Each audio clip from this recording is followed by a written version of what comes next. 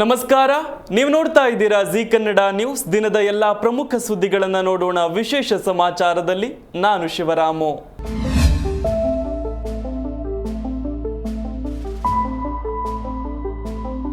ಕರ್ನಾಟಕ ರಾಜಕಾರಣದ ಮುತ್ಸದ್ದಿ ರಾಜಕಾರಣಿ, ಮಾಜಿ ವಿದೇಶಾಂಗ ಸಚಿವ, ಕರ್ನಾಟಕದ ಮಾಜಿ ಮುಖ್ಯಮಂತ್ರಿ ಎಸ್.ಎಂ. ಕೃಷ್ಣ ಬೆಂಗಳೂರಿನ ಸದಾಶಿವನಗರದ ತಮ್ಮ ನಿವಾಸದಲ್ಲಿ ಇಂದು ನಸುಕಿನ ಜಾವ 2:30 ಸುಮಾರಿಗೆ ನಿಧನರಾದರು. ಅವರಿಗೆ 93 ವರ್ಷ ವಯಸ್ಸಾಗಿತ್ತು. ವಯೋಸಹಜ ಕಾಯಿಲೆಯಿಂದ ಅವರು ಬಳಲುತ್ತಿದ್ದರು. ಇತ್ತೀಚೆಗಷ್ಟೇ ಶ್ವಾಸಕೋಶದ ಸೋಂಕಿನ ಕಾರಣಕ್ಕೆ ಅವರಿಗೆ ಉಸಿರಾಟದ ತೊಂದರೆ ಕಾಣಿಸಿಕೊಂಡಿತ್ತು. ಐಸಿಯುಗೆ ದಾಖಲು ಮಾಡಿ ಚಿಕಿತ್ಸೆ ನೀಡಲಾಗಿತ್ತು.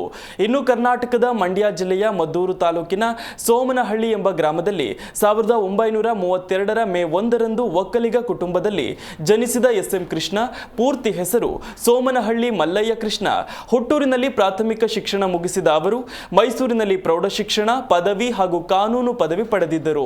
ಅಮೆರಿಕಾದ ಟೆಕ್ಸಾಸ್ನ ಡಲ್ಲಾಸ್ನಲ್ಲಿರುವ ಸದರ್ನ್ ಮೆಥೋಡಿಸ್ಟ್ ವಿಶ್ವವಿದ್ಯಾನಿಲಯ ಹಾಗೆಯೇ ವಾಷಿಂಗ್ಟನ್ನಲ್ಲಿರುವ ವಿಶ್ವವಿದ್ಯಾಲಯದಲ್ಲಿಯೂ ಕೂಡ ಅವರು ಕಾನೂನು ಪದವಿಯನ್ನು ಕೂಡ ಪಡೆದುಕೊಂಡಿದ್ದರು.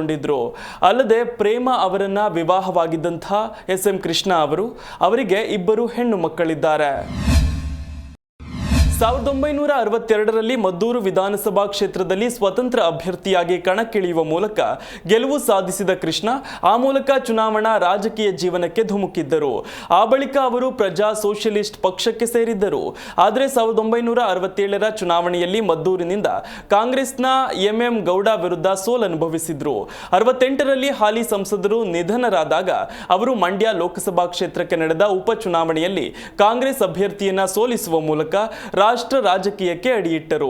68ರ ಉಪಚುನಾವಣೆಯ ನಂತರ ಮಂಡ್ಯ ಕ್ಷೇತ್ರದಿಂದ 3 ಬಾರಿ ಸಂಸದರಾಗಿ ಆಯ್ಕೆಯಾಗಿ ಕಾರ್ಯನಿರ್ವಹಿಸಿದ್ರು.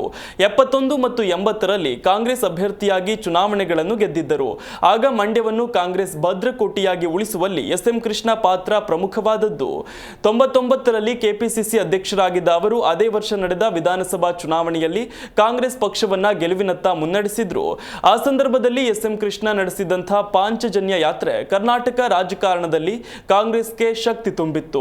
2004ರ ಡಿಸೆಂಬರ್ನಲ್ಲಿ ಮಹಾರಾಷ್ಟ್ರದ ರಾಜ್ಯಪಾಲರಾಗಿ ನೇಮಕಗೊಂಡ ಕೃಷ್ಣ 2008ರ ಮಾರ್ಚ್ 5ರಂದು ಮಹಾರಾಷ್ಟ್ರದ ರಾಜ್ಯಪಾಲ ಹುದ್ದೆಗೆ ರಾಜೀನಾಮೆ ನೀಡಿದ್ರು. ನಂತರ ರಾಜ್ಯಸಭೆಗೆ ಆಯ್ಕೆಯಾದ ಅವರು 2009ರ ಮೇ 22ರಂದು ಅಂದಿನ ಪ್ರಧಾನಮಂತ್ರಿ ಮನಮೋಹನ್ ಸಿಂಗ್ ಅವರ ಸಂಪುಟದಲ್ಲಿ ವಿದೇಶಾಂಗ ವ್ಯವಹಾರಗಳ ಸಚಿವರಾದರು. ಇನ್ನು ರಾಜಕೀಯ ಜೀವನದುದ್ದಕ್ಕೂ ಕಾಂಗ್ರೆಸ್ನಲ್ಲೇ ಪ್ರಬಲ ನಾಯಕರಾಗಿದ್ದ ಎಸ್.ಎಂ. ಕೃಷ್ಣ ರಾಜಕೀಯ ಜೀವನದ ಕೊನೆಗಾಲದಲ್ಲಿ 2017ರ ಜನವರಿ 29ರಂದು ಕಾಂಗ್ರೆಸ್ ಸದಸ್ಯತ್ವಕ್ಕೆ ರಾಜೀನಾಮೆ ನೀಡಿದರು. 2017ರ ಮಾರ್ಚ್ನಲ್ಲಿ ಬಿಜೆಪಿಗೆ ಅಧಿಕೃತವಾಗಿ ಸೇರ್ಪಡೆಯಾದರು. ವಯೋಸಹಜ ಅನಾರೋಗ್ಯ ಹಾಗೆಯೇ ಇತರ ಕಾರಣಗಳಿಂದಾಗಿ 2023ರ ಜನವರಿ 7ರಂದು ರಾಜಕೀಯದಿಂದ ನಿವೃತ್ತಿ ಘೋಷಣೆ ಮಾಡಿದ್ರು. ಎಸ್.ಎಂ. ಕೃಷ್ಣ ಅಂತ್ಯಕ್ರಿಯೆ ಅವರ ತವರು ಮದ್ದೂರಿನ ಸೋಮನಹಳ್ಳಿಯಲ್ಲಿ ಕೃಷ್ಣಗೆ ಇಷ್ಟವಾದ ಜಾಗದಲ್ಲಿಯೇ ಅಂದರೆ ಕಾಫಿ ಡೇ ಆವರಣದಲ್ಲಿ ಅಂತ್ಯಕ್ರಿಯೆ ನಡೆಯಲಿದೆ ಅಂತ ಕುಟುಂಬದ ಮೂಲಗಳು ತಿಳಿಸಿವೆ. ವಿದೇಶದಿಂದ ಸಂಬಂಧಿಕರು ಬರಬೇಕಿರುವ ಹಿನ್ನೆಲೆ ನಾಳೆ ಅಂತ್ಯಕ್ರಿಯೆ ನಡೆಸುವುದಕ್ಕೆ ನಿರ್ಧರಿಸಲಾಗಿದೆ. ಸದ್ಯ ಮದ್ದೂರಿನ ಸೋಮನಹಳ್ಳಿಯಲ್ಲಿರುವ ಕಾಫಿ ಡೇ ಆವರಣದಲ್ಲಿ ಜೆಸಿಬಿ ಮೂಲಕ ಸ್ವಚ್ಛತಾ ಕಾರ್ಯ ನಡೆಸಲಾಗಿದೆ. ಇನ್ನು ಸೋಮನಹಳ್ಳಿಯಲ್ಲಿ ಎಸ್.ಎಂ. ಕೃಷ್ಣ ಬೃಹತ್ ಮನೆ ನಿರ್ಮಿಸಿದ್ದರು. ಅದು ಅವರ ಇಷ್ಟದ ಸ್ಥಳ, ಮನೆಯೂ ಆಗಿತ್ತು. ಆದರೆ ಬೆಂಗಳೂರು ಸೇರಿದ ಮೇಲೆ ಅವರ ಇಷ್ಟದ ಆ ಮನೆ ಖಾಲಿಯಾಗಿತ್ತು. ನಂತರದಲ್ಲಿ ಅವರು ಆ ಮನೆಯನ್ನ ಅಳಿಯ ಸಿದ್ಧಾರ್ಥ್ ಅವರ ಕಾಫಿ ಡೇಗೆ ನೀಡಿದ್ರು. ಇನ್ನು ಮಂಡ್ಯಕ್ಕೆ ಬಂದಾಗಲೆಲ್ಲ ಕೂಡ ಕಾಫಿ ಡೇಯಲ್ಲಿ ಅವರು ಕಾಲ ಕಳೆಯುತ್ತಿದ್ದರು. ಅವರಿಗೆ ಇಷ್ಟವಾಗಿದ್ದಂತಹ ಕಾಫಿ ಡೇ ಆವರಣದಲ್ಲಿಯೇ ಅಂತ್ಯಕ್ರಿಯೆ ನಡೆಯಲಿದೆ. ಇನ್ನು ಅಂತ್ಯ ಸಂಸ್ಕಾರಕ್ಕೆ ಸುಮಾರು 2.5 ಎಕರೆ ಪ್ರದೇಶದಲ್ಲಿ ಸಿದ್ಧತೆ ಕೂಡ ನಡೆಯುತ್ತಿದೆ. ಎಸ್.ಎಂ. ಕೃಷ್ಣ ಅವರ ನಿಧನ ಹಿನ್ನೆಲೆಯಲ್ಲಿ ಕರ್ನಾಟಕ ಸರ್ಕಾರ ಇಂದಿನಿಂದ 3 ದಿನಗಳ ಕಾಲ ಶೋಕಾಚರಣೆ ಘೋಷಣೆ ಮಾಡಿದೆ. ಇದೇ ವೇಳೆ ನಾಳೆ ರಾಜ್ಯಾದ್ಯಂತ ಸರ್ಕಾರಿ ರಜೆ ಘೋಷಣೆ ಕೂಡ ಮಾಡಲಾಗಿದೆ. ಸರ್ಕಾರಿ ಮತ್ತು ಖಾಸಗಿ ಶಾಲಾ ಕಾಲೇಜುಗಳಿಗೆ ರಜೆ ಘೋಷಿಸಲಾಗಿದೆ. ಇವತ್ತಿನಿಂದ ಡಿಸೆಂಬರ್ 12ರವರೆಗೆ ಶೋಕಾಚರಣೆಗೆ ಘೋಷಣೆ ಮಾಡಲಾಗಿದೆ. ಇನ್ನು 3 ದಿನಗಳ ಕಾಲ ರಾಜ್ಯ ಸರ್ಕಾರದ ಎಲ್ಲಾ ಕಟ್ಟಡಗಳ ಮೇಲೆ ರಾಷ್ಟ್ರಧ್ವಜ ಅರ್ಧಕ್ಕೆ ಹಾರಿಸಿ ಅಗಲಿದ ಹಿರಿಯ ಚೇತನಕ್ಕೆ ಶ್ರದ್ಧಾಂಜಲಿ ಸಲ್ಲಿಸಲಾಗುವುದು ಅಂತ ಸರ್ಕಾರ ತನ್ನ ಪ್ರಕಟಣೆಯಲ್ಲಿ ತಿಳಿಸಿದೆ. ಎಸ್.ಎಂ. ಕೃಷ್ಣ ಎಂದರೆ ಥಟ್ಟನೆ ನೆನಪಾಗುವುದು ಸಿಲಿಕಾನ್ ಸಿಟಿ ಎಂದು ಕರೆಯುವ ಬೆಂಗಳೂರು ನಗರ. ವಿದೇಶಾಂಗ ಸಚಿವರಾದರೂ ಕೂಡ ಕೃಷ್ಣರನ್ನ ಬದಲಾವಣೆಗಳ ಹರಿಕಾರ ಎಂದೇ ಬೆಂಗಳೂರಿಗರು ನೆನಪಿಸಿಕೊಳ್ಳುತ್ತಾರೆ. ಹಲವು ದಶಕಗಳ ಕಾಲ ರಾಜಕಾರಣದಲ್ಲಿದ್ದರೂ ಎಸ್.ಎಂ. ಕೃಷ್ಣ ಮಾಸ್ ಲೀಡರ್ ಅಂತ ಅನಿಸಿಕೊಂಡಿದ್ದು ಮುಖ್ಯಮಂತ್ರಿ ಆದ ಬಳಿಕವೇ. ಬೆಂಗಳೂರನ್ನ ಸಿಂಗಾಪುರ ಮಾಡುವ ಕನಸಿನೊಂದಿಗೆ ಸಿಎಂ ಹುದ್ದೆ ನಿರ್ವಹಿಸತೊಡಗಿದ ಅವರು ಸಿಂಗಾಪುರದ ರೀತಿಯಲ್ಲಿ ಬೆಂಗಳೂರನ್ನ ಮಾರ್ಪಡಿಸಲು ಆಗದೇ ಇದ್ದರೂ ಆ ನಿಟ್ಟಿನಲ್ಲಿ ಕಾಯಕಲ್ಪಗಳನ್ನು ನಿರ್ಮಿಸುವ ಕೆಲಸವಂತೂ ಮಾಡಿದ್ದರು. 1999ರಿಂದ 2004ರವರೆಗೆ ಅವರು ಸಿಎಂ ಆಗಿದ್ದಾಗ ರಾಜ್ಯದ ಅಭಿವೃದ್ಧಿ ಕಾರ್ಯ ಚುರುಕುಗೊಂಡಿತ್ತು. ಅದರಲ್ಲೂ ಬೆಂಗಳೂರಿಗೆ ಕೃಷ್ಣ ಹೆಚ್ಚು ಮುತುವರ್ಜಿ ತೋರಿದ್ರು. ಅದರ ಪರಿಣಾಮವಾಗಿ ಇವತ್ತು ಬೆಂಗಳೂರು ನಗರವು ಸಿಲಿಕಾನ್ ಸಿಟಿ, ಐಟಿ-ಬಿಟಿ ಸಿಟಿ ಅಂತ ಕರೆಸಿಕೊಳ್ಳುತ್ತಿದೆ. ಮದ್ದೂರಿನಲ್ಲಿ ಹುಟ್ಟಿದ ಎಸ್.ಎಂ. ಕೃಷ್ಣ ಅವರು ಅಮೆರಿಕಾದ ಡಲ್ಲಾಸ್ ಹಾಗೆಯೇ ವಾಷಿಂಗ್ಟನ್ನಲ್ಲಿ ಉನ್ನತ ವ್ಯಾಸಂಗ ಕೂಡ ಮಾಡಿದವರಾಗಿದ್ರು. ಹೀಗಾಗಿ ಅವರ ಆಡಳಿತದ ಬಗ್ಗೆ ಜನರಲ್ಲಿ ಸಾಕಷ್ಟು ನಿರೀಕ್ಷೆ ಇತ್ತು. ಈ ನಿರೀಕ್ಷೆ ಉಳಿಸಿಕೊಳ್ಳಲು ಅವರು ತಮ್ಮ ಕೈಲಾದ ಕಾರ್ಯಗಳನ್ನು ಮಾಡಿದ್ರು. ಇನ್ನು ಅವರ ಕಾರ್ಯಗಳಲ್ಲಿ ಹೆಚ್ಚಾಗಿ ನೆನಪಿನಲ್ಲಿ ಉಳಿಯುವಂಥದ್ದು ಅಂದ್ರೆ ಅದು ಬೆಂಗಳೂರಿನಲ್ಲಿ ಮೂಲಭೂತ ಸೌಕರ್ಯ ಹೆಚ್ಚಿಸುವಂತಹ ಕೆಲಸ. ಇನ್ನು ಅವರು ಉದ್ಯಮಗಳಿಗೂ ಕೂಡ ಇದ್ದ ನಿಯಮಗಳನ್ನು ಕೂಡ ಸಡಿಲಿಸಿದ್ರು. ಟ್ಯಾಕ್ಸ್ ಇನ್ಸೆಂಟಿವ್ಗಳನ್ನು ಕೂಡ ನೀಡ್ತಿದ್ರು. ಈ ನೀತಿಗಳಿಗೆ ಉದ್ಯಮ ವಲಯದಲ್ಲಿಯೂ ಕೂಡ ಮನ್ನಣೆ ಸಿಕ್ಕಿತ್ತು. ಹಲವು ಐಟಿ-ಬಿಟಿ ಸಂಸ್ಥೆಗಳು ಬೆಂಗಳೂರಿನಲ್ಲಿ ನೆಲೆ ಕಾಣಲು ಈ ನೀತಿಗಳೇ ಕಾರಣವಾದವು. ಈ ಮೂಲಕ ಬೆಂಗಳೂರು ಸಿಲಿಕಾನ್ ಸಿಟಿ ಅಂತ ಕರೆಸಿಕೊಳ್ತಿದೆ. ಎಸ್.ಎಂ. ಕೃಷ್ಣ ಅವರು ಬರೆದಿರುವ ಕೊನೆಯ ಪತ್ರ ಲಭ್ಯವಾಗಿದೆ. ಮಂಡ್ಯದಲ್ಲಿ ನಡೆಯುತ್ತಿರುವ 87ನೇ ಅಖಿಲ ಭಾರತ ಕನ್ನಡ ಸಾಹಿತ್ಯ ಸಮ್ಮೇಳನದ ಯಶಸ್ಸಿಗೆ ಹಾರೈಸಿ ಎಸ್.ಎಂ. ಕೃಷ್ಣ ವಾರದ ಹಿಂದೆ ಮಂಡ್ಯ ಜಿಲ್ಲಾಡಳಿತಕ್ಕೆ ಪತ್ರ ಬರೆದಿದ್ದರು. ಸಾಹಿತ್ಯ ಸಮ್ಮೇಳನ ಯಶಸ್ವಿಯಾಗಲಿ ಅಂತ ಶುಭ ಸಂದೇಶ ಕಳುಹಿಸಿದ್ದರು. ಮಂಡ್ಯ ಜಿಲ್ಲೆಯಲ್ಲಿ ನಡೆಯುತ್ತಿರುವ 87ನೇ ಅಖಿಲ ಭಾರತ ಕನ್ನಡ ಸಾಹಿತ್ಯ ಸಮ್ಮೇಳನಕ್ಕೆ ನನ್ನ ಶುಭಾಶಯಗಳು. ರಾಜರ್ಷಿ ನಾಲ್ವಡಿ ಕೃಷ್ಣರಾಜ ಒಡೆಯರ್ ಅವರ ದೂರದೃಷ್ಟಿಯ ಫಲವಾಗಿ ರೂಪುಗೊಂಡ ಮಂಡ್ಯ ಜಿಲ್ಲೆ ನಾಡಿನಲ್ಲಿ ಅತಿ ಹೆಚ್ಚು ಕನ್ನಡ ಮಾತನಾಡುವ ಭಾಷಿಕರು ಇರುವ ಜಿಲ್ಲೆ. ಇಂತಹ ಐತಿಹ್ಯವುಳ್ಳ ನಮ್ಮ ಮಂಡ್ಯ ಜಿಲ್ಲೆಯಲ್ಲಿ 3ನೇ ಬಾರಿಗೆ ಸಾಹಿತ್ಯ ಸಮ್ಮೇಳನವು ಆಯೋಜನೆಗೊಂಡಿದ್ದು ಕನ್ನಡದ ಸಿರಿಹಬ್ಬವು ಯಶಸ್ವಿಯಾಗಿ ಜರುಗಲಿ ಅಂತ ಶುಭ ಹಾರೈಸುತ್ತೇನೆ ಎಂದು ಕೊನೆಯ ಪತ್ರದಲ್ಲಿ ಎಸ್.ಎಂ. ಕೃಷ್ಣ ಉಲ್ಲೇಖಿಸಿದ್ರು. ಮಂಡ್ಯ ಆತಿಥ್ಯಕ್ಕೆ ಹೆಸರಾದ ಜಿಲ್ಲೆ. ಕನ್ನಡ ಭಾಷೆಯನ್ನು ಗೌರವಿಸುವಲ್ಲಿ ಜಿಲ್ಲೆಯ ಜನ ಸಿದ್ಧಹಸ್ತರು. ಈ ಹಿಂದೆ ನಡೆದ ಸಾಹಿತ್ಯ ಸಮ್ಮೇಳನಗಳಲ್ಲಿ ಸಕ್ರಿಯವಾಗಿ ಭಾಗವಹಿಸಿ ಕನ್ನಡದ ಹಬ್ಬವನ್ನು ತಮ್ಮ ಮನೆಯ ಹಬ್ಬವಾಗಿ ಆಚರಿಸಿದ ಕೀರ್ತಿ ಮಂಡ್ಯ ಜಿಲ್ಲೆಯ ಜನರಿಗೆ ಸಲ್ಲುತ್ತದೆ. ಈ ಹಿಂದಿನ 2 ಸಮ್ಮೇಳನಗಳಲ್ಲಿ ಭಾಗವಹಿಸಿದ್ದ ನಾನು ಸದರಿ ಸಮ್ಮೇಳನಗಳಲ್ಲಿ ಭಾಗವಹಿಸಿದ್ದ ಜನರ ಉತ್ಸುಕತೆ ಕಂಡು ಅತ್ಯಂತ ಪುಳಕಿತನಾಗಿದ್ದೆ ಅಂತ ಕೃಷ್ಣ ಹೇಳಿದ್ದರು. ಎಸ್.ಎಂ. ಕೃಷ್ಣ ಅವರ ನಿಧನಕ್ಕೆ ಸಿಎಂ ಸಿದ್ದರಾಮಯ್ಯ ಸಂತಾಪ ಸೂಚಿಸಿದ್ದಾರೆ. ಮಾಜಿ ಮುಖ್ಯಮಂತ್ರಿ ಎಸ್.ಎಂ. ಕೃಷ್ಣ ಅವರ ಸಾವಿನಿಂದ ಆಘಾತಕ್ಕೀಡಾಗಿದ್ದೇನೆ. ರಾಜ್ಯ ಮತ್ತು ಕೇಂದ್ರ ಸಚಿವರಾಗಿ ಹಾಗೂ ಮುಖ್ಯಮಂತ್ರಿಯಾಗಿ ಕೃಷ್ಣ ಅವರು ಸಲ್ಲಿಸಿರುವ ಸೇವೆ ಅನುಪಮವಾದದ್ದು. ವಿಶೇಷವಾಗಿ ಮುಖ್ಯಮಂತ್ರಿಯಾಗಿ ಐಟಿ-ಬಿಟಿ ಕ್ಷೇತ್ರದ ಬೆಳವಣಿಗೆಗೆ ಅವರು ನೀಡಿರುವ ಕೊಡುಗೆಗಾಗಿ ಕರ್ನಾಟಕ ಸದಾ ಋಣಿಯಾಗಿರುತ್ತದೆ ಅಂತ ಸಿಎಂ ಸಿದ್ದರಾಮಯ್ಯ ಸಂತಾಪ ಸೂಚಿಸಿದ್ದಾರೆ. ಮುತ್ಸದ್ದಿ ರಾಜಕಾರಣಿಯಾಗಿದ್ದ ಕೃಷ್ಣ ಅವರು ಅಜಾತ ಶತ್ರುವಾಗಿದ್ದರು. ನಾನು ಕಾಂಗ್ರೆಸ್ ಪಕ್ಷ ಸೇರಿದ ಪ್ರಾರಂಭದ ದಿನಗಳಲ್ಲಿ ನನಗೆ ಮಾರ್ಗದರ್ಶಕರಾಗಿದ್ದ ಕೃಷ್ಣ ಅವರು ಸದಾ ನನ್ನ ಹಿತೈಷಿಗಳಾಗಿದ್ರು. ಕೃಷ್ಣ ಅವರ ದೂರದರ್ಶಿತ್ವ, ಶಿಸ್ತುಬದ್ಧ ಜೀವನ, ಸಜ್ಜನಿಕೆಯ ನಡವಳಿಕೆ ಮತ್ತು ಅಧ್ಯಯನಶೀಲ ಪ್ರವೃತ್ತಿ ಉದಯೋನ್ಮುಖ ರಾಜಕಾರಣಿಗಳಿಗೆ ಮಾದರಿಯಾಗಿದೆ. ಅವರ ಅಗಲಿಕೆಯಿಂದ ನೊಂದಿರುವ ಅವರ ಕುಟುಂಬ ವರ್ಗ ಮತ್ತು ಅಭಿಮಾನಿಗಳ ದುಃಖದಲ್ಲಿ ನಾನೂ ಭಾಗಿಯಾಗಿದ್ದೇನೆ. ಅವರ ಆತ್ಮಕ್ಕೆ ಶಾಂತಿ ಸಿಗಲಿ ಅಂತ ಭಗವಂತನಲ್ಲಿ ಕೋರುತ್ತೇನೆ ಎಂದು ಟ್ವೀಟ್ ಮಾಡಿದ್ದಾರೆ.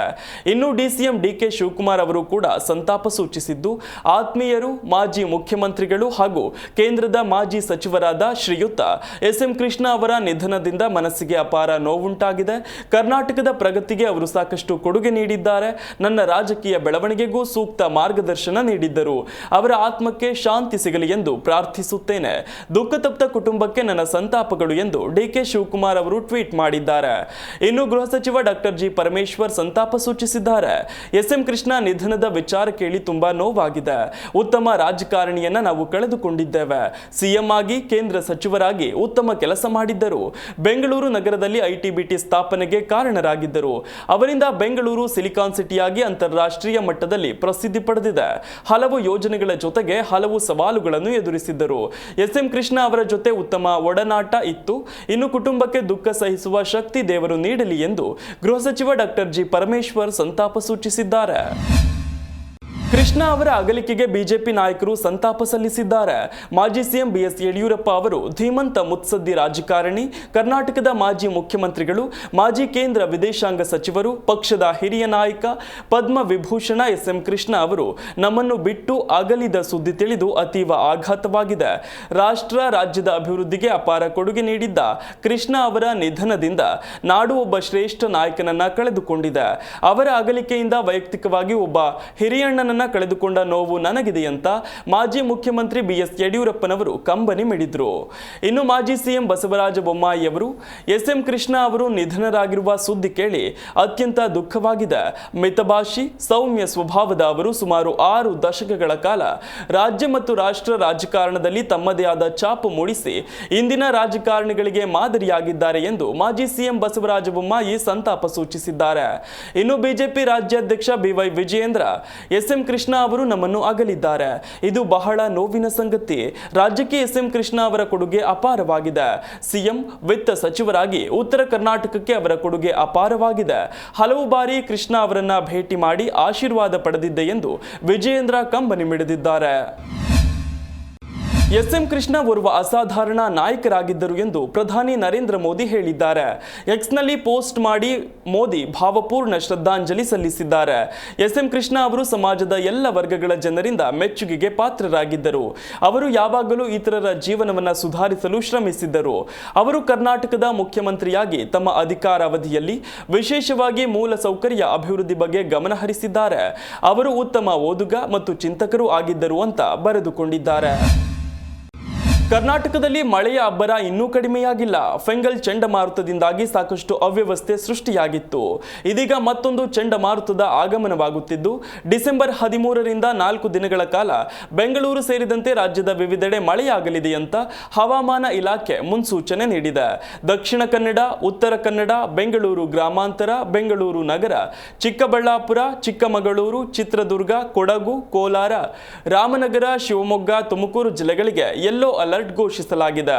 ಇನ್ನು ಮೈಸೂರು, ಮಂಡ್ಯ, ಹಾಸನ, ದಾವಣಗೆರೆ, ಚಾಮರಾಜನಗರ, ಹಾವೇರಿಯಲ್ಲಿ ಸಾಧಾರಣ ಮಳೆಯಾಗಲಿದ್ದು ಉಳಿದೆಡೆ ಒಣಹವೆ ಮುಂದುವರಿಯಲಿದೆ. ಭಾರತೀಯ ರಿಸರ್ವ್ ಬ್ಯಾಂಕ್ಗೆ ಹೊಸ ಗವರ್ನರ್ ನೇಮಕವಾಗಿದೆ. ಕೇಂದ್ರ ಕಂದಾಯ ಸಚಿವಾಲಯದ ಕಾರ್ಯದರ್ಶಿಯಾಗಿರೋ ಸಂಜಯ್ ಮಲ್ಹೋತ್ರಾ ಅವರನ್ನ ಆರ್ಬಿಐ ಗವರ್ನರ್ ಆಗಿ ನೇಮಕ ಮಾಡಿ ಕೇಂದ್ರ ಸರ್ಕಾರ ಆದೇಶಿಸಿದೆ.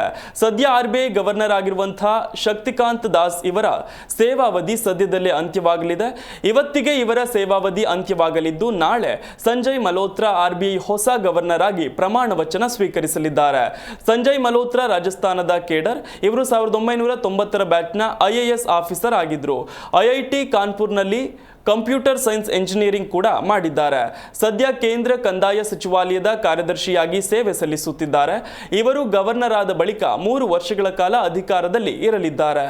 ಇದಿಷ್ಟು ಈವರೆಗಿನ ಪ್ರಮುಖ ಸುದ್ದಿ. ನೋಡ್ತಾ ಇರಿ ಜಿ ಕನ್ನಡ ನ್ಯೂಸ್, ಸತ್ಯವೇ ಸುದ್ದಿಯ ಜೀವಾಳ.